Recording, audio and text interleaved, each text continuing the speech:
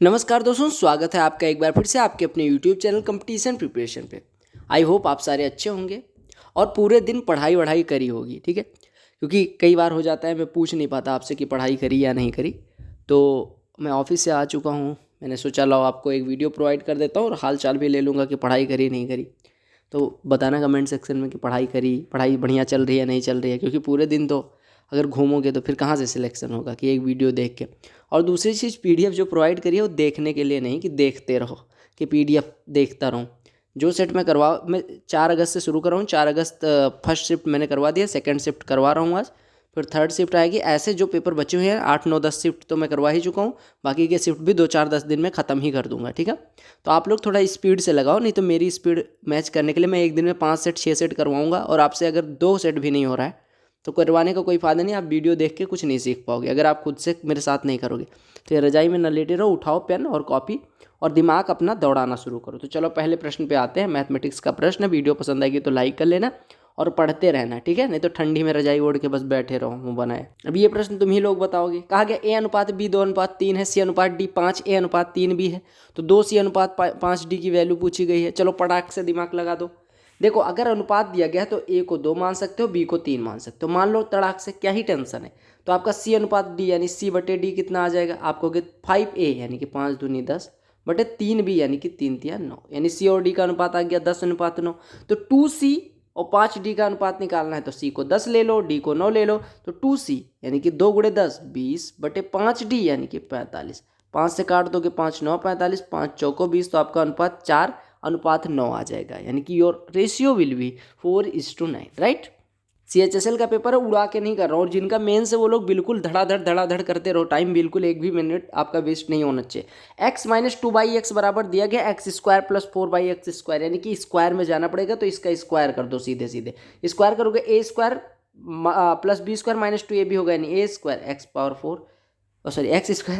+ b² यानी कि 2/x का होल स्क्वायर यानी 4/x², और -2ab यानी -2 × x × 2/x is equal to कितना हो जाएगा, 4 का स्क्वायर 16, ये कटा 2 दूनी 4 इधर चला जाएगा, 16 4 20 आपका उत्तर हो जाएगा। बिल्कुल प्रश्न में दम ही नहीं था। अच्छे प्रश्न जहां मिलेंगे मैं बता दूंगा, तब तक खटाखट अपने दिमाग से चुटकियों में सवाल सॉल्व करते रहो। कहा कि ये shopkeeper bought pens at the rate of 1350 for 15 dozen pens and sold them at the rate of 495 for 5 dozen pens. कहा गया हिज परसेंटेज प्रॉफिट और लॉस परसेंटेज। कहा गया 15 दर्जन पेन वो खरीदता है 1350 रुपये का। अगर 15 दर्जन पेन वो 1350 का खरीदता है तो एक का कितना हो जाएगा, 1350 बटे 15, 15 9 135 होता है, यानी 90 रुपये दर्जन वो खरीदता है।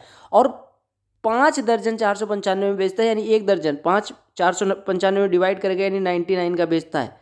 कोई वस्तु 90 की खरीदी गई, 99 की बेची गई, यानी 9 का लाभ। 9 90 का कितना परसेंट है, 10%। क्या हो रहा है, प्रॉफिट। ठीक है। कहा गया 2 chords AB and CD of a circle intersect at O। देखो ये प्रश्न में कुछ भी नहीं है, लेकिन मैं आपको समझाने के लिए ड्रॉ कर रहा हूँ, क्योंकि बेसिक से भी सीखने वाले कई सारे भाई लोग होंगे जो स्टार्ट कर रहे होंगे। कहा गया AB ये है, CD ये है, ये कहाँ पे काट रहे हैं, O पे काट रहे हैं। अब आपको कुछ वैल्यूज दी गई है, वहाँ पे ध्यान देना है। कहा गया OD बराबर 3.75 है। ठीक है, लिखने की कोई ज़रूरत नहीं है। देखो आपको पता होगा कि किसी वृत्त की अगर 2 जीवाएं, यानी if 2 chords of a circle intersect each other at O, then AO यानी इसका छोटा पार्ट इंटू दूसरा पार्ट OB बराबर CO इंटू OD। यानी आपको फार्मूला पता होना चाहिए कि AO into OB is equal to CO into OD। क्यों होता है ये मैंने करवा रखा है, यहाँ पे नहीं करवाऊंगा, जब ज्योमेट्री स्पेशल करवाऊंगा उसमें भी करवा दूंगा। आपको निकालना क्या है, आपको निकालना है कि आपको बताना है कि AO और OB में जो छोटा है उसकी वैल्यू बतानी। CO कितना दिया गया 4 गुणे OD कितना दिया गया 3.75, OB कितना दिया गया हमें नहीं पता, AO आपको निकालना है। देखो आप एक चीज देखो, AO इंटू OB, AO को अगर हम x माने तो OB कितना हो जाएगा। देखो अगर पूरा AB 8 है तो ये x है, तो ये 8 - x हो जाएगा, यानी यहाँ से हो गया x इंटू 8 - x। अब देखो यहाँ से x इंटू 8 - x बराबर हो गया 4 गुणे 3.75, यानी कि 4 × 12 3 15, 15 को हम लिख सकते हैं 3 इंटू 5, 5 को लिख सकते हैं 8 - 3। अब देखो यहाँ पे आप देख पा रहे होंगे कि x की जगह पे यहाँ पे 3 पुट करा गया, यानी x की वैल्यू 3 हो गई। अब x बराबर 3 हो गया तो आपसे पूछा गया था कि AO और OB में जो छोटा है उसकी वैल्यू कितनी है। आपको पता है AO हो गया 3, OB हो गया 5, तो छोटा कौन सा, AO यानी कि 3। अब यहाँ पे इक्वेशन सॉल्व कर सकते थे अदरवाइज कि x² - 8x और +15 बराबर 0, तो x की वैल्यू 3 आ जाती वैसे भी। 20 प्रश्न करवाना है तो 20 मिनट से ज़्यादा समय नहीं लगना चाहिए। कल 23 मिनट लग गया था, मुझे दुख हुआ 3 मिनट बेकार करने का। कहा an article was sold for 512 after giving 2 equal successive discounts on the market price of 800, profit percentage discount percentage कितना ऑफर किया गया था। कहा 800 रुपये पे 512 रुपये में बिकती है कोई वस्तु, 800 रुपये अंकित मूल्य है, 512 में बिकती है, यानी कितने का डिस्काउंट दिया गया। आप कहेंगे 288 रुपये का। 288 800 का कितना परसेंट है, 8 से डिवाइड कर दो तो 8 तिया 24, 8 छक्के 48, यानी 36% का डिस्काउंट रिजल्टेंट आपको पड़ रहा है। अब देखो कौन से दो सक्सेसिव डिस्काउंट्स का रिजल्टेंट 36 होगा। 16 का तो आपको पता है सक्सेसिव डिस्काउंट जो होता है वो होता है x प्लस वाई, यानी यहाँ पे एक्स एक्स दोनों बराबर है क्योंकि दो बराबर डिस्काउंट देंगे, और माइनस एक्स स्क्वायर बाई 100। तो अगर x बराबर 16 रखेंगे तो 16 दूना 32 से तो ये कम होगा इसका सक्सेसिव, 15 रखेंगे तो और कम होगा, 18 रखेंगे तो 36 से और कम होगा, 36 माइनस 3.24 यानी कि 32.76 होगा। यानी आपका x बराबर 20 रखने पे ही ये वैल्यू सेटिस्फाई हो रही है, यानी इसकी वैल्यू 36% आ रही है, तो x बराबर 20 हो गया। टाइम एंड वर्क का प्रश्न कहा गया A is thrice as efficient as B, यानी ए 3 गुना काम करता है बी का, यानी बी लिथड़ है। ठीक है, कहा गया ए 24 दिन कम लेता है बी से, यानी कि बी अगर x दिन लेता है तो ए अगर x दिन लेता है तो बी x प्लस 24 दिन लेता है। कहा गया अगर वे दोनों एक साथ कार्य करें तो कितने दिन लगेंगे। आपको पता है कि अगर a बराबर 3 भी है, बी का माने 1 यूनिट काम करता है, तो a कितना आ जाएगा 3 यूनिट।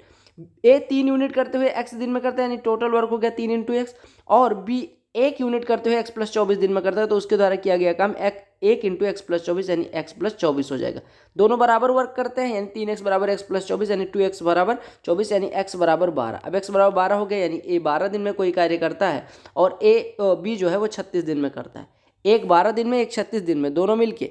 आपको पता है अगर एक a दिन में कर रहा हो दूसरा b दिन में कर रहा हो तो दोनों मिलके कितने दिन में करेंगे, a इंटू बी बट्टे a धन b, यानी a इंटू बी 12 गुणे 36 और बटे 12 धन 36 48 हो जाएगा। 12 चौको 48, 4 से 36 में डिवाइड होगा, आपका उत्तर 9 हो जाएगा। डीआई के प्रश्नों से कोई दुश्मनी नहीं है, लेकिन डीआई की कंपाइल्ड वीडियो मिलेगी जिसमें हम केवल डीआई करेंगे, इस वजह से इसको छोड़ना पड़ रहा है। अगला प्रश्न कहा गया ए बी सी एक राइट एंगल ट्राइंगल है, किस पे है, बी पे, यानी कि ए बी सी में बी राइट एंगल है। ये मान लो बी है, ये मान लो ए है, ये मान लो सी है। कहा डी ए सी पे एक बिंदु इस प्रकार से है कि ए डी बराबर 12 है, ए डी बराबर आपका 12 है, सी डी बराबर 16 है। कहा गया अगर जो बी डी है वो बाइसेक्टर है ए बी सी का, यानी ये बाइसेक्टर है ए बी सी का, तो आपको बताना है perimeter of A B C क्या होगा, यानी ट्रायंगल ए बी सी का पेरीमीटर क्या होगा। अब आपको ध्यान देना है, आपको पता है कि ये राइट एंगल है, अच्छा ये नहीं पता है, ठीक है, राइट एंगल नहीं पता है, ठीक है। आपसे कहा गया कि ए बी सी पूरा राइट एंगल है, ए बी सी पूरा राइट एंगल है, ए डी बराबर आपको दिया गया 12, सी डी बराबर 16। अगर बी डी बाइसेक्टर, अब देखो बी डी अगर बाइसेक्टर है किसका, ए C angle A B C का, देखो B D bisector angle A B C का, तो एंगल बाइसेक्टर थ्योरम लगा दो। एंगल बाइसेक्टर थ्योरम कहती है कि ये भुजा बटे ये वाला पार्ट, यानी कि बी सी बटे सी डी बराबर हो जाएगा ए बी बटे ए डी।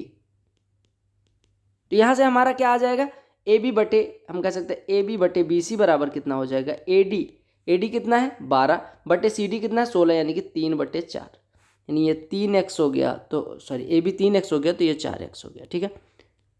अब अगर ये 3x है ये 4x है तो ये कितना हो जाएगा 5x, क्योंकि राइट एंगल ट्रायंगल है। अब देखो ये 3x ये 4x 5x, इसका परिमाप पूछा गया, परिमाप कितना हो जाएगा 5 4 9 3 12x परिमाप हो जाएगा, ठीक है। लेकिन x की वैल्यू तो पता नहीं है। आप कहेंगे क्यों नहीं पता, क्योंकि हमारा AC आया है 5x और AC वैसे कितना है 12 AD है और DC 16, यानी 5x बराबर 28। अगर 5x बराबर 28 है तो x बराबर कितना हो जाएगा 5.6 और x बराबर 5.6 हो गया, तो पेरीमीटर 12x बराबर कितना हो जाएगा 12 गुणे 5.6 यानी 12 पंचे 60 और 7.2 जुड़ जाएगा, यानी 67.2 सेंटीमीटर हो जाएगा। प्रश्न देख लो, थीटा की वैल्यू फाइंड करनी है, आसान सा प्रश्न है, कैसे निकालेंगे वो देख लो। अब यहाँ पे थीटा की वैल्यू रख के सेटिस्फाई करवा सकते हो, अदरवाइज क्वाड्रेटिक बनेगा, क्वाड्रेटिक सॉल्व करने में आपकी हालत होती है टाइट। तो आपको नहीं करना है, तो थीटा बराबर 30 पुट करके देखो, तो 3 cot थीटा यानी 3 इंटू √3 और प्लस tan थीटा यानी 1/√3 और -2√3। तो इसको घटाओगे तो कितना हो जाएगा √3 और √3 प्लस 1/√3 जीरो नहीं हो सकता, यानी ये तो नहीं हो सकता। थीटा बराबर 60 पुट करो तो 3 इंटू cot 60 यानी 1/√3 प्लस tan 60 √3 -2√3। अगर ये जीरो आ जाता है थीटा बराबर 60 हो जाएगा। √3 से 3 में डिवाइड करेंगे तो ये √3 प्लस √3 2√3 -2√3 यानी इसकी वैल्यू 0, यानी थीटा की वैल्यू 60 डिग्री हो जाएगी। आपसे क्या कहा गया? कहा गया एक संख्या है वो 11 से डिविजिबल है, मैक्सिमम वैल्यू आप k प्लस एम निकालनी है। 11 से डिविजिबिलिटी का रूल क्या होता है मेरे भाई? आप कहेंगे संख्या लिख दो 5 4 k 3 1 m 8 2, ये संख्या है। अब इसको 11 से डिविजिबल बनाना है तो अल्टरनेट डिजिट का सम ले लो। अल्टरनेट डिजिट का सम लोगे तो ये आ जाएगा 4 3 7 प्लस m प्लस 2 यानी 9 प्लस m हो जाएगा। और जो बची संख्या उनका 5 प्लस k प्लस 1 प्लस 8 यानी कि 8 1 9 और 5 14 प्लस k। ठीक है, अब देखो अल्टरनेट डिजिट आपको सम लेना है, उसके बाद में आपको क्या काम करना है कि पहले वाले में से या किसी एक में से दूसरे वाले को घटाना है। 11 की डिविजिबिलिटी का रूल कहता है मेरे भाई कि अगर कोई संख्या 11 से डिविजिबल है यानी if a number is divisible by 11, एक संख्या 11 से विभाजित, तो अल्टरनेट डिजिट का सम लेने के बाद उन दोनों का अंतर जो सम आए उनका अंतर लेने के बाद अगर वो 0 है या 11 के टेबल की है तो हमारी संख्या कटेगी, अदरवाइज नहीं कटेगी। तो यहाँ सॉल्व करोगे तो ये आ जाएगा m माइनस के माइनस 5। अगर हम इसको 0 ले लेते हैं तो m माइनस के बराबर 5 आ जाएगा। ठीक है, और अगर मैं इसको 11 ले लेता हूँ तो m माइनस के बराबर 16 आ जाएगा। आप एक चीज़ बताओ, m और k दोनों 9 से छोटी संख्या है, क्योंकि ये भी डिजिट है ये भी डिजिट है तो इसकी वैल्यू 9 से छोटी होगी। तो अगर m भी 9 से छोटा है k भी 9 से छोटा है और दोनों आपको पता है कि दोनों पॉजिटिव संख्या है तो m माइनस के 16 पॉसिबल है? नहीं पॉसिबल है, यानी ये नहीं ले सकते। तो आपको लेना पड़ेगा m माइनस के बराबर 5। अब m माइनस के बराबर 5 अगर आपका हो गया, आपको मैक्सिमम वैल्यू निकालनी है तो m की मैक्सिमम वैल्यू बताओ क्या ले सकते हैं? m की मैक्सिमम वैल्यू ले सकते हैं 9 और k की 4 लेनी पड़ेगी क्योंकि इसे 5 बनाना है। तो आपको m प्लस के पूछा गया था तो आपका 13 हो जाएगा। ठीक है, अदरवाइज आप ऐसे भी कर सकते थे कि m को क्या ले, आपको मैक्सिमम वैल्यू निकालनी थी। मैक्सिमम वैल्यू अगर मैक्सिमम वैल्यू ना निकालनी होती तो m की वैल्यू 9 हो सकती थी, 8 हो सकती थी, 7 हो सकती थी, 6 हो सकती थी और 5 भी हो सकती थी। और k की वैल्यू कितनी हो सकती थी? 4 हो सकती थी, 3 हो सकती थी, 2 हो सकती थी, 1 हो सकती थी, 0 हो सकती थी। तो इसकी k प्लस m की अगर पूछा है total number of possible values तो 9 4 13, 8 3 11, 7 2 9, 6 1 7 और 5, यानी कि कितनी वैल्यूज हो जाती? 5 वैल्यूज। तो कई बार ये पूछ लेगा कि कितनी वैल्यूज पॉसिबल है k प्लस m की, और कई बार पूछ लेगा मैक्सिमम वैल्यू। तो आपको दोनों निकालना है। डी वाली बात वही वाली, फिर डी कहा गया कि एक सिलेंड्रिकल पाइप है जिसका वॉल्यूम इतना दिया गया, एक्सटर्नल रेडियस इतना है, थिकनेस इतना है, तो आपको लेंथ बतानी। आपको पता होगा कि अगर एक्सटर्नल रेडियस कैपिटल R 12 है, थिकनेस d बराबर 3 है, तो इंटरनल रेडियस हो जाएगी कैपिटल R माइनस डी यानी कि 9। अब आपको बताना है कि इसका वॉल्यूम आपको पता है कि खोखले पाइप के लिए क्या होता है? Pi into capital R square यानी बाहरी रेडियस का स्क्वायर माइनस इंटरनल रेडियस का स्क्वायर इंटू हाइट, ये बराबर आपको दिया गया है 3564। ठीक है, पाई की वैल्यू रख दो। पाई की वैल्यू कितनी होती है? 22/7। आप यहाँ पे लिख दो, ये 22/7 इंटू लिखा हुआ है, समझ लो। 11 से काटोगे 11 दूना 22, या 22 से ही काट दो, 22 1 22, ये आपका बचेगा 13 136, 22 छक्के 132, 22 दूना 144, यानी आपका हो गया R square minus R square यानी 12 स्क्वायर माइनस 9 स्क्वायर, 12 का स्क्वायर होता है 144 में से 81 घटेगा तो आपका मिलेगा 63, यानी 63 इंटू H बटे 7 बराबर 162।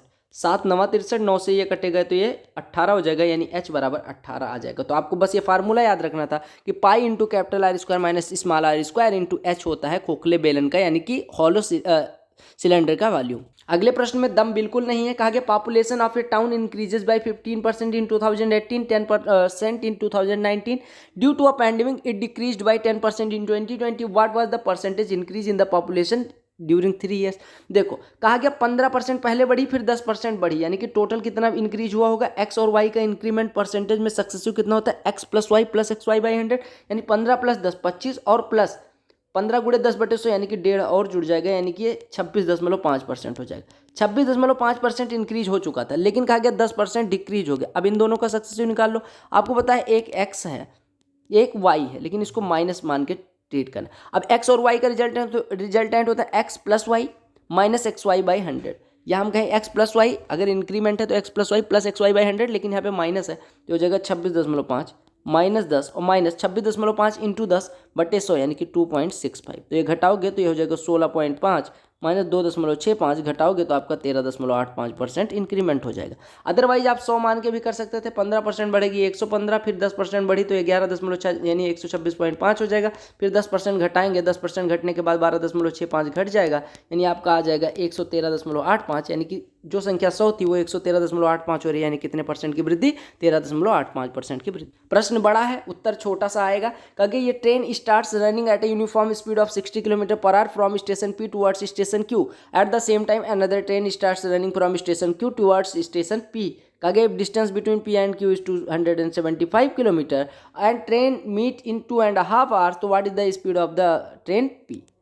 देखो कहा गया एक इधर की तरफ जाती है, एक इधर की तरफ जाती है। कहा गया कि जो ये पी से क्यू की तरफ जाती है उसकी स्पीड 60 है और इसकी स्पीड आपको निकालनी है, इसको मान लो एस। अगर एक दूसरे की तरफ आती है तो इनकी रिलेटिव स्पीड हो जाएगी 60 + एक्स। 275 को ट्रेवल करने में इन्हें लगते हैं 2 सही 1/2 घंटे यानी 5/2 घंटे, तो इनकी स्पीड रिलेटिव स्पीड कितनी हो जाएगी, डिस्टेंस अपॉन टाइम यानी कि 275 बटे टाइम कितना लगता है 5/2, 5 से काटेंगे तो 5 × 5 = 25, 5 × 25 55 दूना 110। 60 + एक्स बराबर अगर 110 है तो एस बराबर कितना हो जाएगा 110 - 60 यानी कि 50 किलोमीटर प्रति घंटे।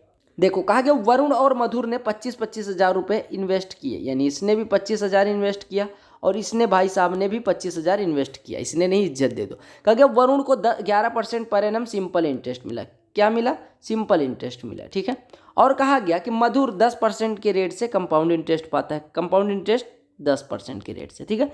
कहा गया कि 2 साल बाद टोटल कितना इंटरेस्ट वीर को ज़्यादा प्राप्त हुआ। अब देखो वरुण को, सॉरी, आपको पता है 11% 1 साल का, 2 साल का 22% इनको मिला होगा। आपको पता है कि मधुर को 10% सक्सेस मतलब 10% कंपाउंड इंटरेस्ट पे दिया, तो 10 का रिजल्टेंट कितना हो जाएगा। आप कहेंगे देखो 2 साल CI मतलब हो गया पहले साल भी 10, दूसरे साल भी 10 और पहले साल के 10 पे भी 10% यानी 1% और, यानी टोटल 10, 10, 20 और 21%। अब कहा गया अंतर कितना होगा, ये 22 या 21 यानी 1% किसका, 25 हज़ार का, तो आपका हो जाएगा 250। कौन ज़्यादा पाता है वरुण। उड़ा दो, कहा गया √x + 1/√x, अगर इतना है तो x + 1/x कितना हो जाएगा √6 का स्क्वायर -2 यानी कि 4। यहाँ से हमारा x² + 1/x² कितना हो जाएगा 4 का स्क्वायर -2 यानी कि 14। अगर x² को k के जूम करूँ तो ये k + 1/k बराबर आपको 14 दिया गया है और k³ + 1/k³ पूछा गया, तो ये कितना हो जाएगा 14 का क्यूब -3 × 14। 14 कॉमन ले लो अगर आपको कोई दिक्कत है तो हो जाएगा 14 का स्क्वायर यानी 196 - 3 193, गुणा कर दो तो 14 तियाँ 42, हासिल आएगी 4, 14 9 126, 4 130, 14 1 14 और 13 27। कहा गया कि in a circle with centre O P A and P B are 2 tangents at A and B. कहा गया कि ये P है, ये यहाँ से A और B पे 2 टेंजेंट्स ड्रा की गई है, this one is A, this one is B, this one is point P and this one is your centre O। कहा गया कि from an external point P से ड्रा की गई है, APB बराबर 42 अंश दिया गया, तो आपसे पूछा गया AOB की वैल्यू क्या होगी। ऐसा प्रश्न आपने देखा होगा CGL वाले पेपर में डिट्टो आया हुआ था। हमें क्या दिया गया APB बराबर 42 अंश। अगर APB बराबर 42 अंश होता है तो AOB कितना होता है 180 माइनस APB, ठीक है। अगर आपसे AOB पूछा जाए तो आप कहेंगे AOB बराबर होता है 180 माइनस APB। 180 माइनस APB कितना हो जाएगा 180 माइनस 42 यानी कि 138 डिग्री। क्यों होता है, CGL वाली सीरीज जरूर देख। प्रश्न देख लो, कहा गया average daily income of Shyamlal during the month of February was this one. Average income of first 16 days was this one, last 16 days was this one. तो 14, 15, 16 फरवरी का एवरेज इनकम निकाल। आपको एक चीज़ दिख रहा होगा कि 2020 की फरवरी दी गई। अब आपको ये पता होना चाहिए कि 2020 की फरवरी जो है वो लीप ईयर थी, लीप ईयर में फरवरी 29 की होती है, ये रीजनिंग भी चेक करें। अगर कहा जाए कि 29 दिन का एवरेज 560 है तो आप कहेंगे 29 का कुल कमाई हो जाएगी 29 × 560, ठीक है, ठीक है। आपको समझ आ गया 29 × 560, तो 29 × 560 करोगे तो 560 × 30 यानी कि 1680, 16,800, 16,800 में से 500 यानी कि 16,240 हो जाएगा, ठीक है। ये हो जाएगा 16,000। 560 को मैंने 30 से गुणा करके 560 घटा दिया। आपसे कहा गया पहली 16 का एवरेज इतना था, पहली 16 का अगर एवरेज इतना था तो पहली 16 का योग हो जाएगा 16 × 590 यानी कि 16 × ऐसे लिखे रहो। और लास्ट की 16 का कहा गया तो 16 × 500 हो जाएगा। आप कहेंगे पहले 16 जोड़ें 29 दिनों में, पहले 16 जोड़ें और लास्ट 16, तो 3 तारीखें कॉमन आएंगे। देखो 16 दिन पहले और 16 दिन, तो टोटल 32 हो रहे हैं। 32 दिन में 32 दिन तो हमें काम ही नहीं है, हमारा 32 क्यों आ रहा है जब 29 दिन का 14, 15, 16 दो बार आ जाएंगे अगर पहले 16 लास्ट वाले 16 को। यानी कि इसमें से अगर मैं घटा दूँ कितना घटा दूँ 14th, 15th और 16th घटा दूँ तो ये अब हमारा 29 दिन की कमाई आई, यानी 16,240 है। यहाँ से इसको निकाल लो तो ये हो जाएगा 16 × 590, 16 × 500 यानी 16 कॉमन ले लो, 16 × 1090 यानी कि 16 0 0, 16 9 144 के 44, 16 1 16 1 17। इसमें से घटा दो 16,240 यानी कि ये कितना हो जाएगा 1200। 1203 दिनों की कमाई आ रही है। तो एवरेज कितना हो जाएगा, 3 से डिवाइड कर दोगे यानी कि 400। थोड़ा कैलकुलेटिव था आई नो, चलो देख लो। कहा एक्स पावर 4 प्लस, अब अगर ऐसा दिया गया एक्स प्लस 1/x पूछा गया, आपको पता है एक्स प्लस 1/x बराबर यहाँ से एक्स स्क्वायर प्लस 1/x² निकाल सकते हो। ये कितना हो जाएगा 3842 प्लस 2 कितना हो जाएगा 3844। 3844 का वर्गमूल कितना होता है आपको पता है। देखो ये कितना हो जाएगा 50 60 56 58 60 3600 62 का स्क्वायर हो जाएगा। ठीक है, अब अगर एक्स स्क्वायर प्लस 1/x² 62 है तो एक्स प्लस 1/x कितना हो जाएगा अंडर रूट में 62 प्लस 2 यानी कि 64। 64 का वर्गमूल 8 हो जाएगा। आपका उत्तर हो गया 8। राइट, इन भाई साहब से कोई दुश्मनी नहीं छोड़ेंगे। देखो ये अच्छा प्रश्न है, थोड़ा ट्रिकी है। कहा गया in triangle ABC BD and CD bisect B and C। आप कंफ्यूज मत होना। देखो ये आपका मान लो A है, ये B है, ये C है। BD और CD अगर बाइसेक्ट करते हैं, कहने का मतलब ये दिया गया, यानी कि BD और CD कह सकते हो, इसको अगर ऐसे बढ़ा दो ये आगे और इसको बढ़ा दो ये, तो कह सकते हो कि एंगल बाइसेक्टर इस बिंदु पे काटते हैं। और किसी भी ट्रायंगल के लिए एंगल बाइसेक्टर जो इस बिंदु पे काटे उसे बोलते हैं इन सेंटर, यानी कि D इन सेंटर हो गया। तो आपको पता है अगर D इन सेंटर है तो BDC बराबर होता है 90 प्लस अपोजिट एंगल का आधा बटे 2। अब आप यहाँ से कर सकते हैं कि BAC निकालना है, यानी कि ये एंगल A निकालना है। तो एंगल A बराबर कितना हो जाएगा BDC माइनस 90, यानी कि 135 माइनस 90 45 का दूना, यानी कि यहाँ से 90 आ जाएगा। ठीक है, तो ये इन सेंटर के लिए होता है। अदरवाइज अगर आपको फार्मूला नहीं याद आ रहा है तब क्या प्रश्न नहीं होगा, होगा, क्योंकि देखो ये 135 है, 135 ये हो गया, यानी ये B/2 है, ये C/2 है, तो ये दोनों मिलकर कितने हो जाएंगे, किसी ट्रायंगल के तीनों कोणों का 180। तो अगर ये अकेला 135 तो ये कितना हो जाएंगे 45। अगर इन दोनों का आधा, B का आधा C का आधा मिलकर 45, तो B और C पूरा मिलकर 90। अगर B और C 90 है तो एक को अकेले 90 होना पड़ेगा।